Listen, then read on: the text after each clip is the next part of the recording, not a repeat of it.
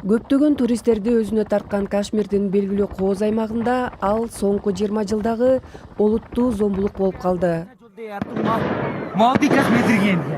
Пахалгам шалбааларында куралчан адамдар саякатчыларга ок чыгарган учур. Видеону BBC тактады. Ондогон адамдар өлтүрүлгөн. Бул сүрөт элдин көңүлүн өзүнө бурду.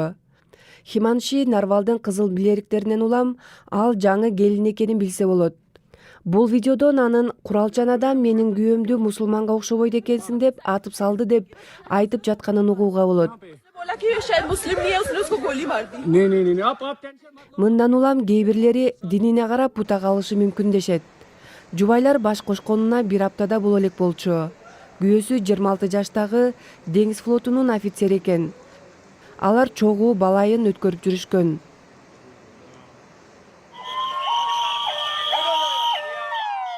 Каза болгондордун дээрлик баары Кашмирге башка жактан келгендер. Бул тез жардам унаалары менен сөөктөрдү аэропортко алып баратышат. Артындагы автобуста бараткан алардын үй бүлөлөрү. Алар үйлөрүнө кайтышууда. Бул аймакта жаңжал жат көрүнүш эмес. Мында куралдуу козголоң 35 жылдан ашуун убакытка созулган. Бирок мынчалык масштабта туристтерге түз кол салган окуя ошол 35 жылда да дээрлик болгон эмес. Кашмирдин түштүгүндөгү дагы бир үй бүлөдө аза күтүшүүдө. Бул кол салуу учурунда өлтүрүлгөн жергиликтүү Саид Адил Хусейндин үй бүлөсү. Ал адамдарды ат менен Пахалгамга алып барып, бир туристти коргоого аракет кылганда атып салышкан.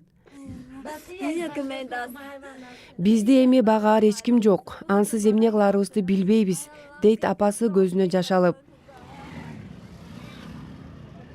Дүрбөлөңдөн улам Кашмир бир күнгө жабылды. Бул Сринагардын борбордук базары. Жергиликтүүлөр кол салууну айыптап көчөлөргө чыгышты.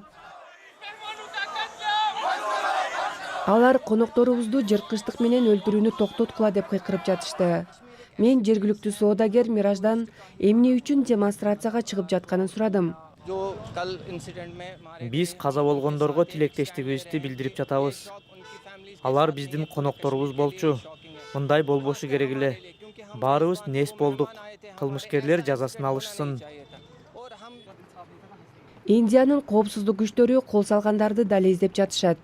Мында катталган окуя аймакка жана Индия менен Пакистандын ортосунда ансыз да чыңалып турган алакага өз кедергисин тийгизмекчи.